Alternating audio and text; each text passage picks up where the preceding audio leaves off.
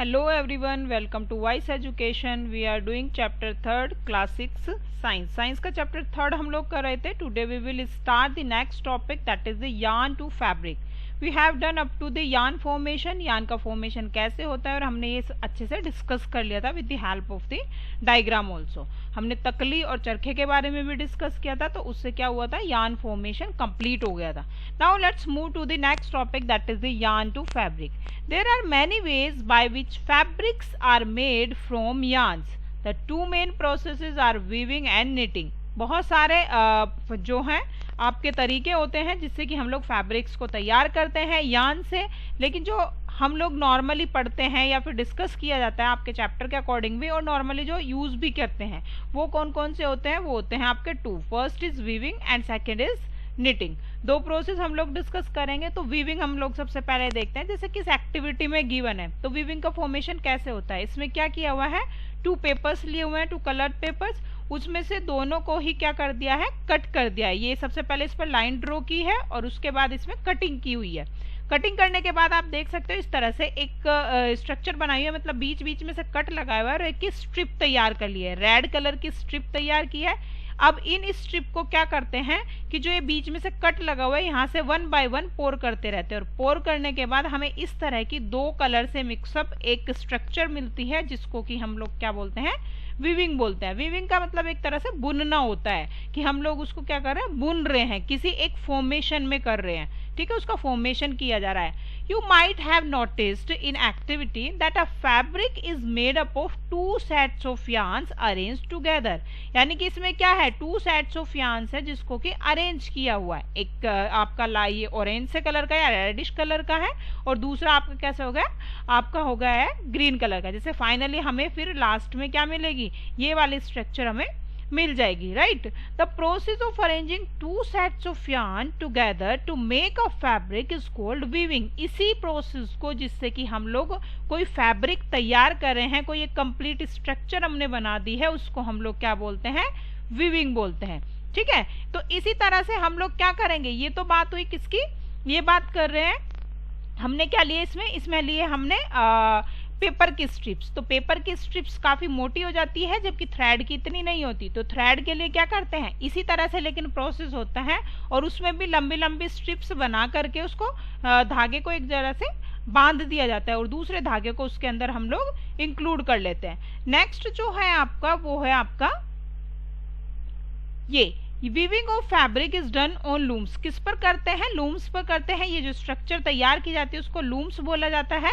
And the looms are इधर hand operated और power operated. और जो लूम्स होती है उसको हम क्या बोलते हैं, या तो हैंड से ऑपरेटेड होगी, यानी कि जैसे यहाँ पर इस स्ट्रक्चर में दिखाया हुआ है कि यहाँ पर क्या हुआ है, यहाँ पर दिया हुआ है कि ये दो लोग जो हैं उन्होंने यान का फॉर्मेशन किया हुआ है. और कैसे बनाई हुई है, यान बनाई हुई है यहाँ पर, ये जो लाइनिंग सी बनी हुई है, ये कंप्लीट ये इसका यान का फॉर्मेशन इस तरह से उसको अरेंज कर दिया है. हैंड ऑपरेटेड है, यानी कि हाथों से ये लोग उसको कर रहे हैं. उसके बाद जो दूसरा थ्रेड होगा वो इसके अंदर इस तरह से चैक बन जाएगी अंदर की तरफ. तो दो थ्रेड की हेल्प से ये फॉर्मेशन कर ली जाती है. ठीक है, तो इसी को हम लोग बोलते हैं हैंड लूम्स. या फिर दूसरी हो जाती है आपकी पावर ऑपरेटेड. पावर ऑपरेटेड यानी कि ऑटोमेटिकली मशीन चलती है और उसी में यान का फॉर्मेशन होता है. इधर से थ्रेड डाल दिया जाता है और यानी फैब्रिक, तो इधर से यान या थ्रेड डाल दिया जाता है और उससे कि पूरा फैब्रिक हमारा जो है पूरा अच्छे से कपड़ा तैयार हो जाता है. इस तरह का मशीन्स की कुछ स्ट्रक्चर है. ये तो एग्जैक्टली मुझे नहीं पता है, लेकिन जो मशीन में काम करते होंगे वहां पर फैक्ट्री वगैरह में वर्कर्स होंगे, उनको अच्छे से पता होगा कि किस तरह से फॉर्मेशन होती है. तो वीविंग के बारे में कंप्लीट हो गया. नेक्स्ट जो है कि ये जो है socks and many other clothings item are made up of knitting. जो सेकंड है आपका वो क्या होता है, निटिंग. निटिंग जो होती है वो भी किससे होती है, knitting is done by the hand और ऑल्सो मशीन. अब वीविंग का तो ये स्ट्रक्चर था जो हमने पहले देखा है, ये होगी आपकी वीविंग. लेकिन निटिंग क्या होती है, निटिंग ये होती है जैसे कि स्वेटर बुना जाता है. तो जैसे ये तो स्वेटर की बात हो रही है, लेकिन हम लोग दो थ्रेड से जो फैब्रिक तैयार करते हैं उसको एक दूसरे में गूंथ देते हैं, तो उससे जो हमें फैब्रिक मिलता है वो क्या बोला जाता है, उसको प्रोसेस को उसको निटिंग बोलते हैं. Weaving and knitting are used for making different kinds of fabric. जो वीविंग है और आपकी निटिंग है वही दो प्रोसेस होते हैं जो कि नॉर्मली फैब्रिक के लिए यूज़ किए जाते हैं। हालांकि अब तो नई नई वैरायटीज़ बन गई है, नए नए डिज़ाइंस भी प्रिपेयर किए जाते हैं और थ्रेड से डिफरेंट थ्रेड से आप लोग देखते भी हो, काफ़ी डिज़ाइनर कपड़े हमें मिलते भी हैं। These fabrics are used for a variety of clothing item. अब इससे हम कुछ भी बना सकते हैं। दूसरा ये होता है जो निटिंग होती है वो एक दूसरे में निकाल करके, जैसे कि एक ही थ्रेड को इसको निकाला हुआ है तो उसको निटिंग की जाती है। जैसे सॉक्स में अगर आपने कभी देखा हो कि अगर उसका एक थ्रेड भी निकल जाए तो वो कम्प्लीटली क्या हो जाती है, डिस्ट्रॉय हो जाती है, क्योंकि उसके सारे थ्रेड ही निकलने लगते हैं। फिर कम्प्लीटली वो अच्छे से खुल जाती है, ओपनली हो जाती है पूरी, मतलब एक एक थ्रेड उसका निकल जाता है, वो फिर अच्छे से नहीं रहती है, या फिर आप कह सकते हो पूरी कम्प्लीटली बेकार हो जाती है। ठीक है, नेक्स्ट जो है हम लोगों ने कॉटन के बारे में भी कर लिया है। आगे हम लोग थोड़ा सा लिटिल बिट डिस्कस करेंगे जूट के बारे में, लेकिन उससे पहले हम लोग देख लेते हैं यूजेस ऑफ कॉटन। कॉटन के क्या क्या यूजेस है, बहुत कॉमन सी चीजें हैं, ये आपको पता ही होगा, कुछ भी आप लोग लिख सकते हो। इन मैन्युफैक्चरिंग टेक्सटाइल बनाने के लिए, यानी क्लोथ्स वगैरह बनाने के लिए यूज होता है। Absorbent in hospital. एब्जॉर्बेंट क्या होता है, मतलब कि जैसे कि हॉस्पिटल में एब्जॉर्बेंट के लिए यूज किया जाता है। जैसे कि ब्लड, किसी की ब्लीडिंग हो रही है या फिर आपको इंजरी हुई है तो वहां से ब्लड निकल रहा है, तो उसको रोकने के लिए हम लोग क्या करते हैं, हम लोग कॉटन लगा देते हैं जिससे कि वो एब्जॉर्ब कर लेती है उसको। As a filler in mattresses, pillows and quilt. Mattresses यानी कि आपके गद्दों में, आपके पिलोज में, तकिया में और आपकी रजाई में भरने का काम भी किया जाता है कॉटन से ही। As a main raw material for the manufacturing of rayon and paper industries. Rayon का फॉर्मेशन के लिए भी, अब रियोन हमने पहले ही पढ़ा है, ये कैसा है, ये है आपका सिंथेटिक फाइबर, लेकिन इसमें भी हमें क्या चाहिए होता है, हमें नेचुरल फाइबर ही चाहिए। नेचुरल फाइबर की फॉर्मेशन के टाइम पे या फिर कुछ चीजें केमिकल्स वगैरह या मैन्युफैक्चरिंग के दौरान कुछ चेंज किए जाते हैं, तब सिंथेटिक फाइबर्स मिलते हैं या मैन मेड फाइबर्स मिलते हैं, तो रियोन के फॉर्मेशन के लिए भी कॉटन की जरूरत होती है। सेकेंड है, पेपर इंडस्ट्री में भी इसकी नीड होती है, तो पेपर इंडस्ट्री में पेपर के फॉर्मेशन के लिए भी हमें ये चाहिए होता है। नेक्स्ट जो है that is the jute. Jute again क्या होता है, वो भी एक तरह का फाइबर है जो कि जूट प्लांट से मिलता है। Jute fibre is obtained from the stem. अच्छा, एक मेजर डिफरेंस है दोनों में, जो कॉटन है वो हमें किससे मिल रही है, वो हमें मिल रही है उसके फ्लावर से, सॉरी फ्रूट से। फ्रूट के अंदर जो सीड है उसके ऊपर वो फाइबर्स प्रेजेंट होते हैं कॉटन के अंदर, लेकिन जूट हमें किससे मिलता है, it is may obtained from the stem वाले पार्ट से। स्टेम वाले पार्ट से मतलब कि अगर कोई हम देखे कि ये प्लांट है और प्लांट के अंदर ये इस तरह से क्या हुआ, ये लीव्स हो गई हैं, ठीक है, और यहाँ पर तो हो गया आपका ये फ्रूट हो गया सपोज करो, तो फ्रूट से तो हमें क्या मिल गया, कॉटन मिल गया है, और ये जो पूरा पोर्शन है ये बड़ा, इसी को हम लोग स्टेम बोलते हैं। तो इस वाले पोर्शन से हमें क्या मिलता है, जूट के फाइबर्स मिलते हैं। It is cultivated during the rainy season. Rainy season में ये ग्रो कराया जाता है। In India jute is mainly grown in West Bengal, Bihar and Assam. The jute plant is normally harvested when it is at flowering stage. कब किया जाता है, जब वो उसकी फ्लावरिंग स्टेज होती है, यानी कि फ्लावर्स का फॉर्मेशन होता है। The stem of harvested plant are immersed in water for a few days.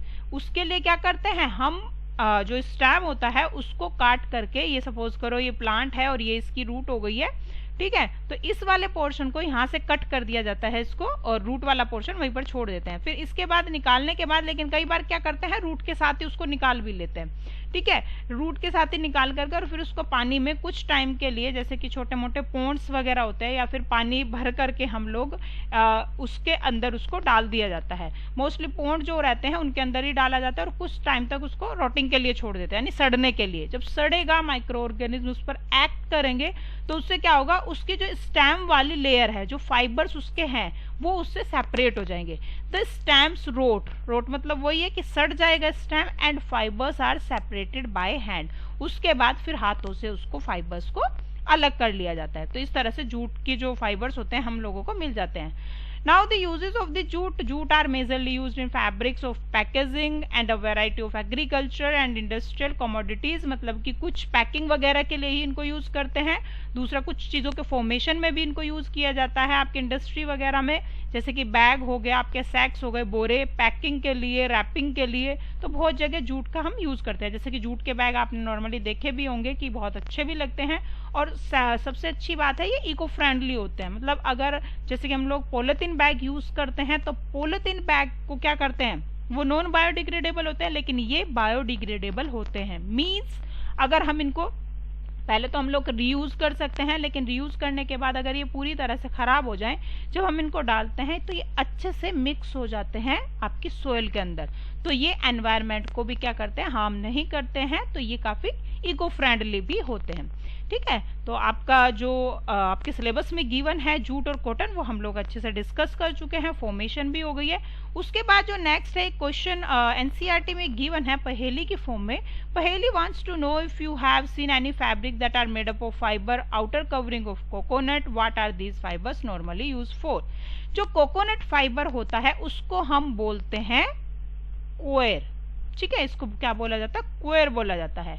और ये नेचुरल फाइबर होता है, किससे मिलता है, outer husk of coconut.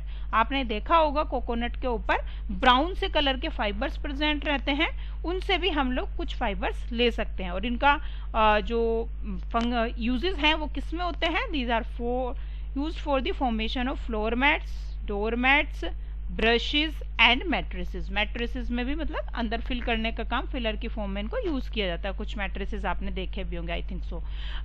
Coir is the fibrous material that is found between the hard internal shell and the outer coat of the coconut. Internal shell आपकी किससे हो गई है, इंटरनल शेल हो गया आपकी जो हार्ड सी कवरिंग होती है वो। ठीक है, सबसे अंदर क्या होता है आपके कोकोनट में, सॉफ्ट पार्ट होता है, उसके ऊपर हार्ड कवरिंग होती है, उसके ऊपर वो प्रेजेंट रहता है जिससे कि हम लोग फाइबर लेते हैं। तो इसके यूजेस भी हो गए हैं। Next is the last topic of this chapter, history of the clothing material. History के बारे में हम लोगों ने थोड़ा सा लास्ट वीडियोस में भी डिस्कस किया हुआ है, लेकिन और थोड़ा सा डिटेल में कर देते हैं। तो पहले ही पता है कि कैसे पहले जो हम लोग एंशिएंट टाइम में क्या करते थे, कि उस टाइम पर लोग पुराने टाइम में क्या करते थे, किस तरह के कपड़े यूज़ करते थे। तो सबसे पहले स्टार्टिंग में बार्क वगैरह यूज़ की जाती थी, वो बड़ी बड़ी ट्री की जो लीव्स होती हैं उनको लपेट लेते थे अपनी बॉडी के ऊपर। फिर कुछ टाइम के बाद जब हंटिंग वगैरह वो करते थे तो एनिमल की स्किन को उन्होंने अपने आप को कवर करने के लिए यूज़ करना शुरू कर दिया था। लेकिन धीरे धीरे क्या हुआ, फिर एग्रीकल्चर वगैरह का फॉर्मेशन हुआ, फिर उन्होंने क्या किया, डोमेस्टिक एनिमल्स को यूज़ करना शुरू कर दिया। तो इस तरह से फिर धीरे धीरे वो फाइबर की तरफ चलने लगे, और फाइबर से लेकर के फिर क्या करने लगे, उन्होंने फैब्रिक्स का फॉर्मेशन किया। तो इसमें ही थोड़ा सा वही डिस्कस करते हैं। It appears that in those times की बात हो रही है, मतलब पुराने टाइम की, एंशिएंट टाइम यहाँ पर लिखा होना चाहिए था वैसे। People use that bark and big leaves of trees and animal skins and furs to cover themselves, cover करने के लिए वो इन चीजों को यूज करते थे। After people began to settle in agriculture communities, जब वो एग्रीकल्चर कम्युनिटीज में रहने लगे, दे लर्न्ड, उन्होंने सीख लिया, to weave twigs and grass into mat and basket. धीरे धीरे उन्होंने वीविंग की तरफ देखा कि ट्विग से और ग्रास से क्या बना सकते हैं, मैट वगैरह बन सकती है, बास्केट बन सकती है।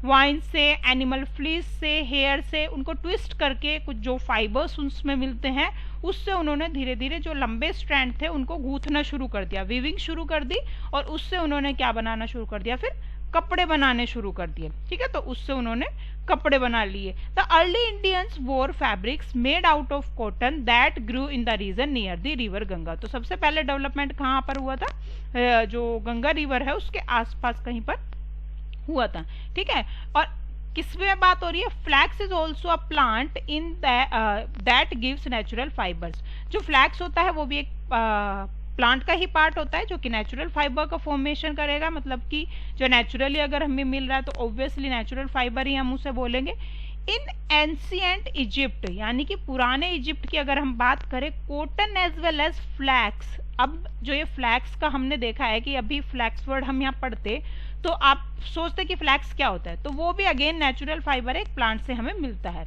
Are cultivated near the river Nile, नील जो रिवर है हिंदी में नील बोला जाता है उसको, and were used to for making fabrics, जो कि फैब्रिक्स बनाने के लिए यूज की जाती है।